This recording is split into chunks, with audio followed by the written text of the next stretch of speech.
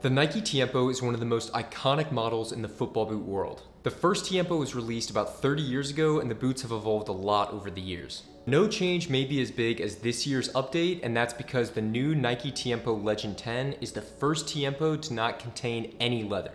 That's right, the Legend 10s are fully synthetic. So how does this change actually affect the boots, and are they still going to be a good option for you if you're a fan of the Tiempo series? And that's exactly the question that we're going to be answering in this review. And if you are interested in picking up a pair of the new Legend 10s, I'll leave a link below in the description where you can find them online. So let's get straight into it by talking about the design of the new Nike Tiempo Legend 10 Pros. So I've got my pair here in the new white and crimson colorway. I think that Nike does a great job with the colorways of their launch models, and look out for a lot more colors to be released in the coming months. And yes, as I mentioned, there is no more leather used in the construction of this upper, but instead Nike is using their new Fly Touch Pro material. Now, according to Nike on their website, Fly Touch is their new engineered leather material, and it's supposed to be even softer than natural leather. And to address that claim, I would say yes, the Fly Touch material is really soft, and if you look close enough, you can even see that the Fly Touch has a grained pattern just like natural leather would. So as far as a first appearance and just feeling it with your hands, it does actually give off the vibe of natural leather. But the upper isn't the only thing that Nike have changed with the new Legend 10. Another big update is the new knit inner sleeve that's going to be running all the way from the heel throughout the tongue. And this knit inner sleeve is actually a really stretchy textile material that feels really similar to the sock in the Superfly. This is a big update from the previous Legend 9, which just had a really conventional heel with a leather heel liner. And that inner liner is going to run all throughout the tongue, so you get that really nice elasticated feeling in the tongue that's also going to provide more lockdown. As far as the lacing system, it's really nothing crazy. It's essentially the same centralized lacing system that you got from the previous Legend 9. Then to round out some small details on the upper, you do have a nice textured pattern throughout the Fly Touch material. You have these little micro dots, as Nike calls them, on the side. That's just going to give you a little bit more traction on the ball when you're dribbling or passing. Gone are the bigger memory foam pods that were featured in the Legend 9, and instead you have these semicircle strips here that are actually really thin and don't have much padding at all. Then towards the back of the boot, you're going to have those same two external heel counters that are just going to add a little bit more stability when you're moving around. Then moving on to the sole plate, we pretty much are getting more of the same here as what we saw in the Legend 9. The configuration is almost exactly the same with a mix of bladed studs and conical studs. You have 4 more aggressive bladed studs around the heel, as well as some blades all the way at the top of the toe box. And then the other studs are just going to be these conical studs that will allow for more free rotation. Sole plate itself is pretty light and made of a really rigid plastic material. There's essentially almost no flex throughout the midfoot and the heel, and then just a little bit of flex towards the toe box. And it's that rigidity that's going to give you a lot more snap and an aggressive feel when you're on the pitch. So now that we've gone over the design of the new Legend 10s, how do they actually fit and feel on feet? Well, honestly, when I tried on these boots, I thought that they were really comfortable. And they weren't just comfortable when I first put them on, but they stayed comfortable throughout the duration of playing in them.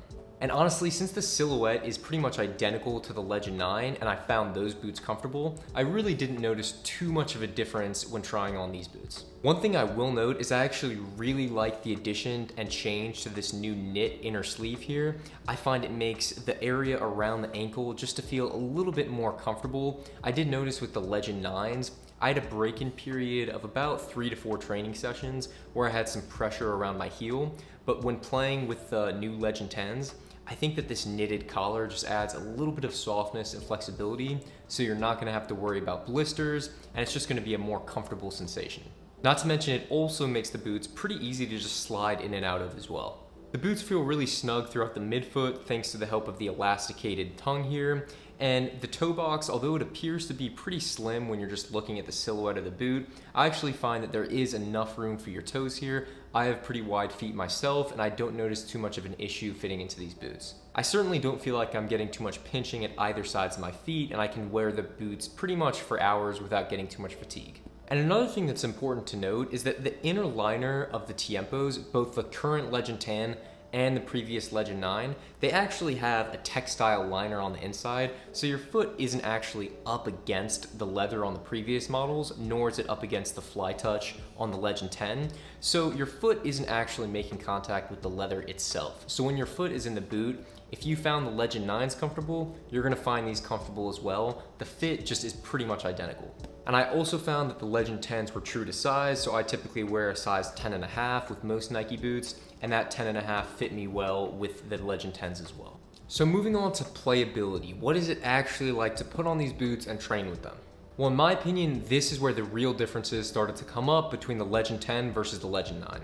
As I mentioned, the Legend 10 was really easy to put on thanks to the help of that knit inner liner, but I also noticed that when I got my initial touches on the ball, the upper just felt noticeably thinner compared to previous Tiempos.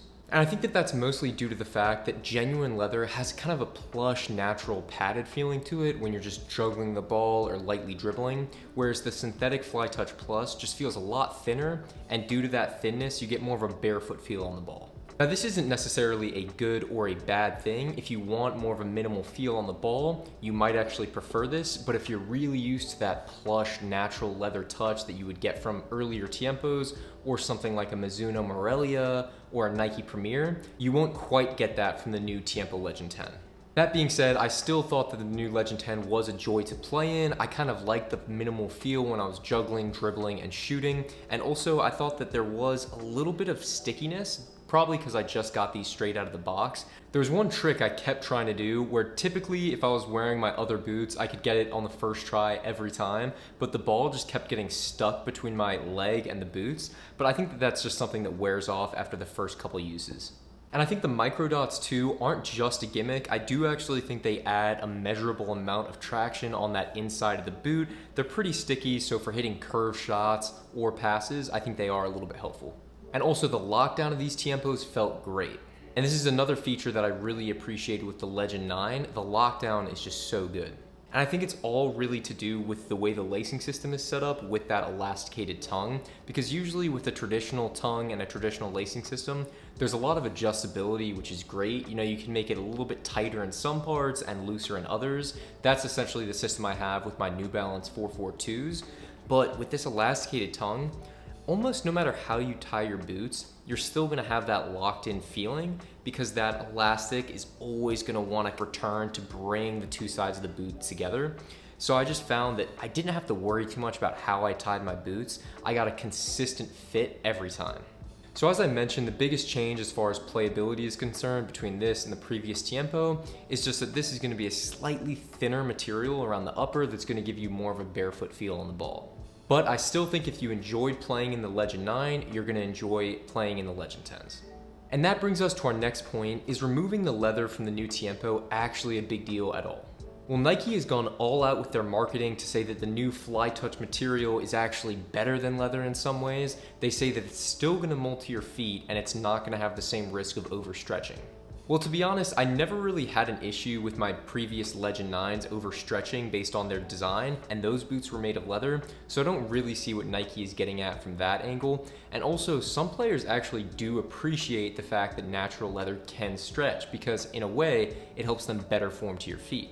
I think that the big concern a lot of people had when Nike was making this change is, are they just doing it for cost savings because the synthetic material might be cheaper to manufacture compared to natural leather? And honestly, in my opinion, it's not a huge issue for me as long as these boots prove to be just as durable as previous Tiempos. Because I've taken my Legend 9s through several seasons of playing in all kinds of conditions and they've held up really well, so I'm hoping that these boots are able to hold up just as well without the leather. But as long as Nike have brought durability along with this new design, I think that changing this from leather to synthetic is not really too big a deal. And that's mostly because there are still great leather options if you want something that has that genuine leather feel. And you could say this is the most minimal Tiempo ever made, which is honestly a step in the right direction for a lot of people, and it's also, I think, one of the most comfortable Tiempos ever made as well. But if you are a purist as far as leather goes and you want that plush feel, you can still get the Legend 9 on sale as well. So finally, let's wrap things up by talking about the value of the Nike Tiempo Legend 10 Pro and whether or not it's actually a good deal. Well, the Legend 10 Pro starts at a retail price of $140, which is actually the same price that the Legend 9 went for. So it's good to see that despite inflation among boot prices over the years, that the Legend 10 has actually stayed the same. And I actually think the Legend 10 Pro offers one of the best value propositions in Nike's whole lineup. And that's because it essentially has almost the exact same feature set and same upper and same elasticated tongue that you get from the Legend 10 Elite, but it's $90 cheaper. So I think it's a great deal and you are still getting good value for money with the new Legend 10. And that's gonna do it for our review today. Let me know if you've gotten a chance to try on these new boots and tell me what you think of them in the comments below. Thanks for watching and I will see you in the next video.